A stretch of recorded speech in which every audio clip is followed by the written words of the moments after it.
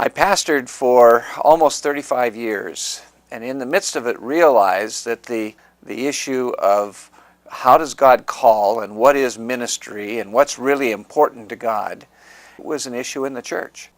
I began to wrestle with what it would look like if I began to find out what my people were called to do.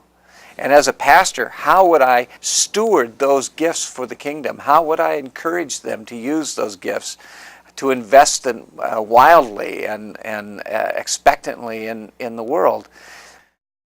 The church is a church that's gathered, but it's also scattered, and it's sent. And so as I began to understand that my role was, when I saw people gather, to discover how God was sending them and send them out with our blessing, and not only with our blessing, but to send them out as prepared to do what God has called them to do, as they expected I would be prepared to do what I was called to do inside the church and through the church. One of the things that I would encourage you to do is to sit down with your pastor and literally explain to him what God is doing in your life. Ask him to spend some time with you, to look at your life, your calling, and then ask him if he at the church would not commission you to that calling.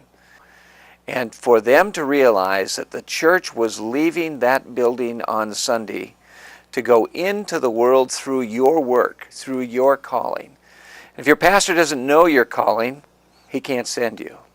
And if you aren't certain about your calling, you'll never be sent.